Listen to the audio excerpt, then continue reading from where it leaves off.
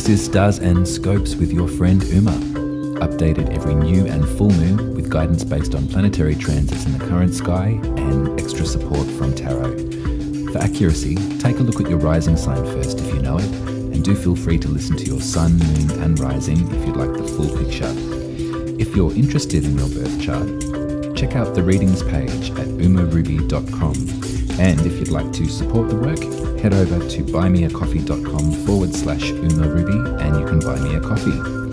Finally, if you're a visual learner, look up Uma Ruby Tarot on YouTube and you can watch and learn. Okay, let's take a look.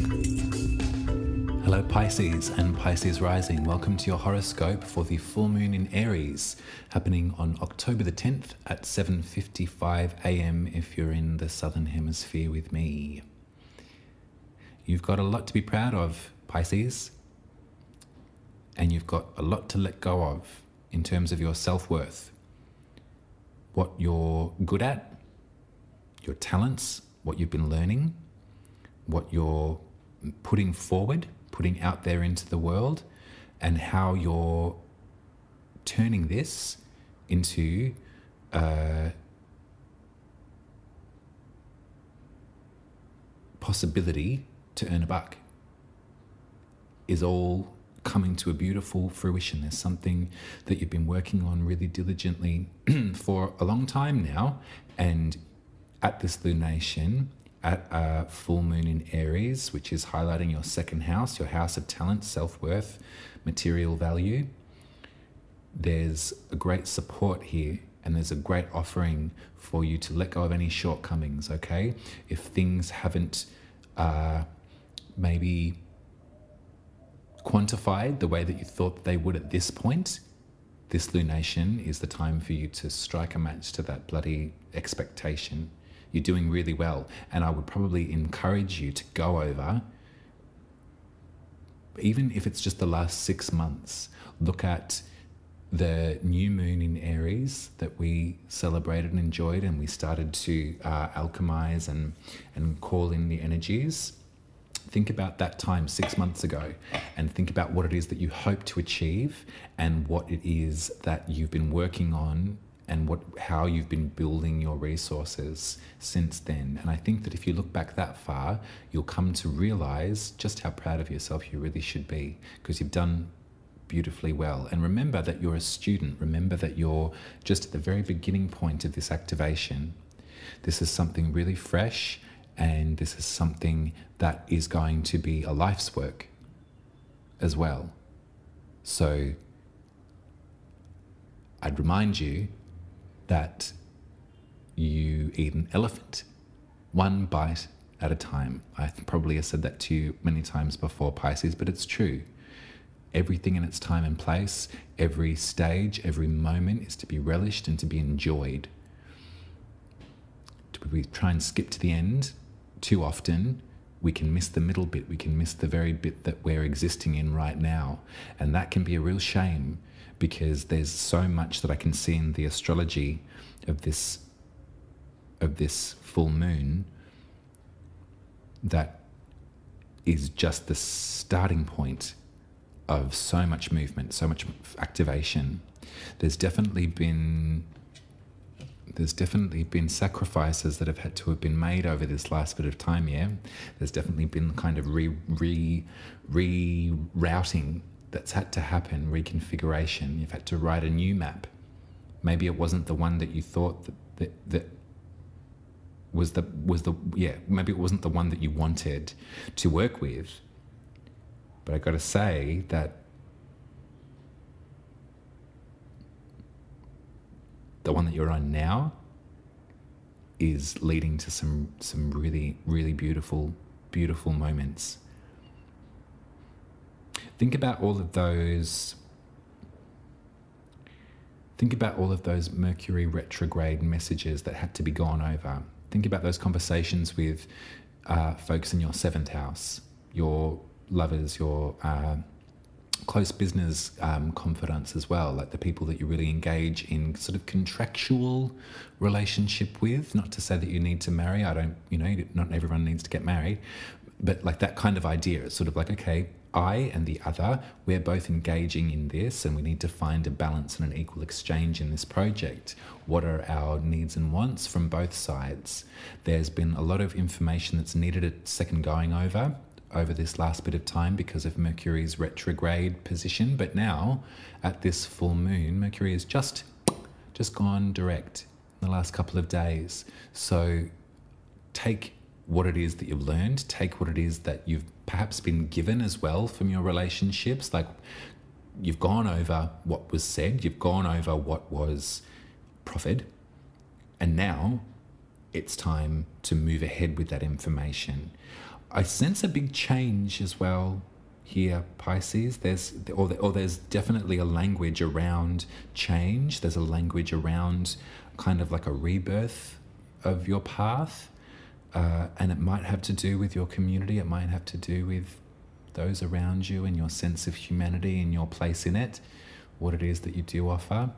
I think that I find with this astrology, it's really kind of quite clear that there has been a dissolution of community for you at some stage in the recent past, and the information, perhaps your side of the story that can be shared, is in a good position now at this full moon to put on the table. You know, like if there's been conversations around that sort of shift, if there's people you've fallen out of touch with over the last years that you're coming back into communication with, now would be a really beautiful time to just be as honest as you can about the time in between, that space in between then and now. There's a balance in life that can throw us off, and we kind of, there's definitely particularly in that Piscean way of sort of diving so deeply and so intensely into whatever's sort of taking the attention at the moment, there can be, an imbalance that occurs in that. So I wonder if this full moon, if you've been, I guess, maybe worried about your talent and your ability to take care of yourself, to earn dosh and to store it away and to build for the future. I think that at this full moon it would be a great reminder for you to remember your values and why it is that you're engaging in this particular work, this particular talents of yours, this that comes naturally to you, that has a lot to do with empathy and a lot to do with listening and a lot to do with care and interest in other. It might be a great time at this full moon to remind yourself of all of that, and remind yourself that this reroute, this change, and this potential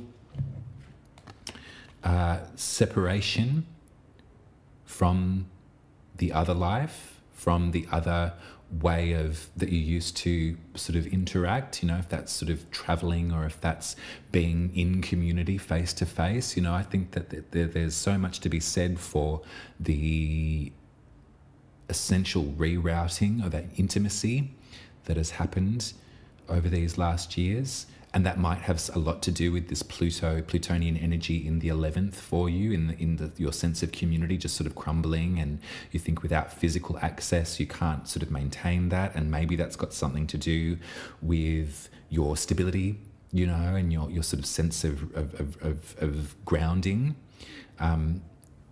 There's a lovely trine that's happening at this full moon too, between Saturn, which is boundaries in community, and Mars, which is action in the home, and the Sun in Libra, which is the 8th, which is about transformation, about death and rebirth of the butterfly after the goo. There's something here that's really harmonious, and maybe there's a nice moment for you to, I feel that there's a nice moment here for you to share your experience in relationship to anxiety, or perhaps to depression, to some of the more sort of shadow sides of life. and either to share your experience with other folks in order to help them on their own journey, or perhaps to reach out for a bit of guidance in that area. If this isolation, or if this separation, this kind of I feel that you've had to have been kind of, what am I trying to say? You've had to have been, what you used to rely on, what you used to regulate, and the sociability, like what the circles you rolled in, have gone through big changes and big shifts, and intimacy on a personal level, maybe with individuals, maybe with friends in your environment, has it needs its time in the sun to be understood. It needs to be heard, because I think probably the ultimate crux of this reading, what I'm seeing here, I can see that you're in a position of growth and learning, and also wanting to offer some healing in your study. So I feel that there's a vulnerability here that is being encouraged. This Mercury stationing direct, being direct with that vulnerability. And not to everyone, I'm only talking to your intimate ones, the folks that are sort of not hanging on the telephone, but the ones that you can sort of maybe suspect or wondering, I hope that they're all right. I hope that Pisces is okay. Or I've not heard from Pisces for a long time. Or I'm really looking forward to speaking to Pisces because I'm going through so much and I don't know how to describe it. There might be something that you can help there, Pisces. It's definitely, this Aries full moon is a moment of a sort of a reactivation of self in terms of your confidence in your talents and your confidence in your work and your values. And to have all of that confidence be informed by the shift, by the massive change that you've encountered. There's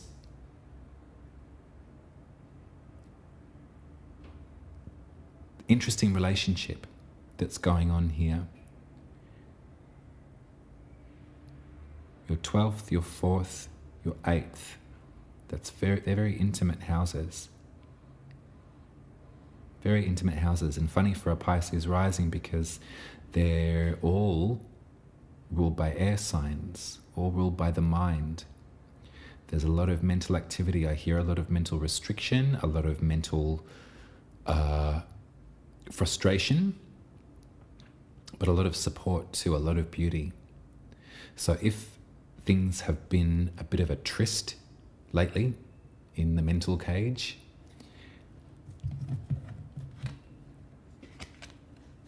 if there's been messages or conversations that you've wished to have had that have not materialized yet, and that's causing you some discomfort, causing you some grief, I think that what you can bring to the table now in comfort, that Mercury is in its forward movement. Now we've got, it's sort of like a it's like a starter gun. It's sort of like, okay, we've done our revision, we've done our edit, our spell check, everything like that. Now is the time to start sharing those messages.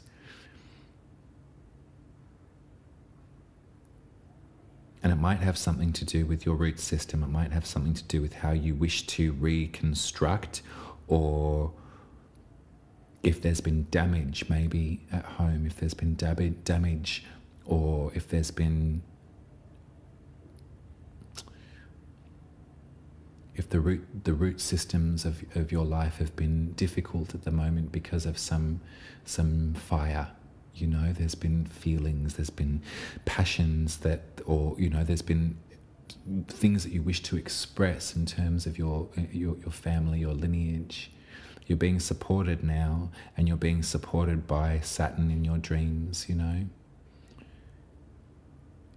Empathy and understanding and connection are all at the very, very, very, very forefront of this whole reading.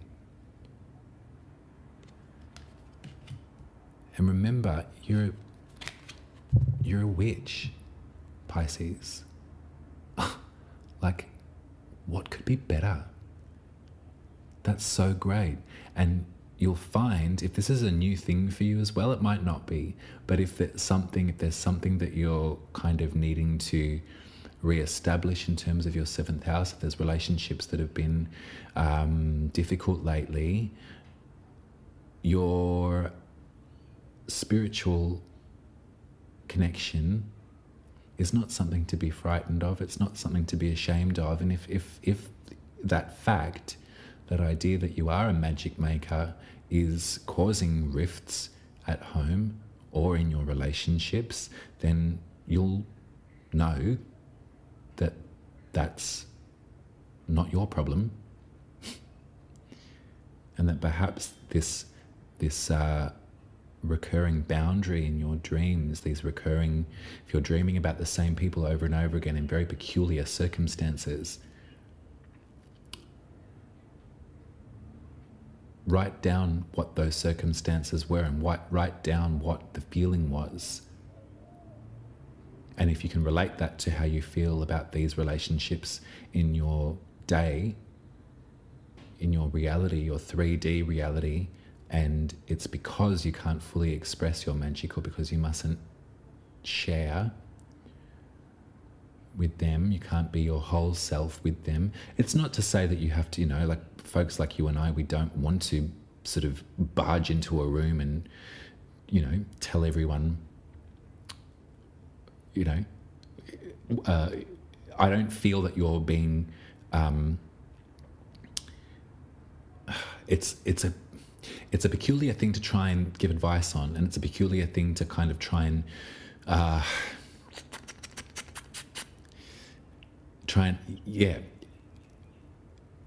you are who you are, and you feel what you feel, you know what you know. You're a Pisces. You are probably right. So don't feel ashamed of any part of you that makes you feel magical. That's probably a really simple way to cap this off. Don't feel ashamed of any part of you that makes you feel magical, Pisces, because that's your talent. And in the way that I see it, that's kind of why you're here. And that's where your access to abundance, and that's where your values lay as well. So go with that. Go with that and start those conversations now.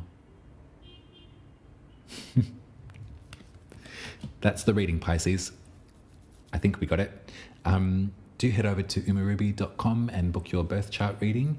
I'll say it again, if you want to know the difference between your sun and your moon and your rising sign, and how the three can alchemize together to paint some sort of picture of perhaps your soul purpose in this lifetime, then I would pick the spirit reading. It's the most popular one, and there has been some great revelation to occur in that reading. If I've read your chart and you're wanting another one, I am writing a soul guidance session. I've been asked multiple times by many different clients of mine to, as far as like even if it's like a transit review, but for folks that I'm familiar with your chart, I'll be writing that and putting that out there soon. So keep your eyes peeled. I'll be speaking to you in 2 weeks for the solar eclipse in Scorpio. So this is going to be affecting spirituality. It's going to be affecting your mind expansion, travel, publishing, all of these things. There's going to be maybe teachers and student relationships that go through a bit of a topsy-turvy relationship, but it's all for the greater good. It's all for a power outage for purpose. So we'll talk about that in 2 weeks. Right now, one step at a time, enjoy the full moon in Aries and let it go. You're worth it, Pisces. Bye.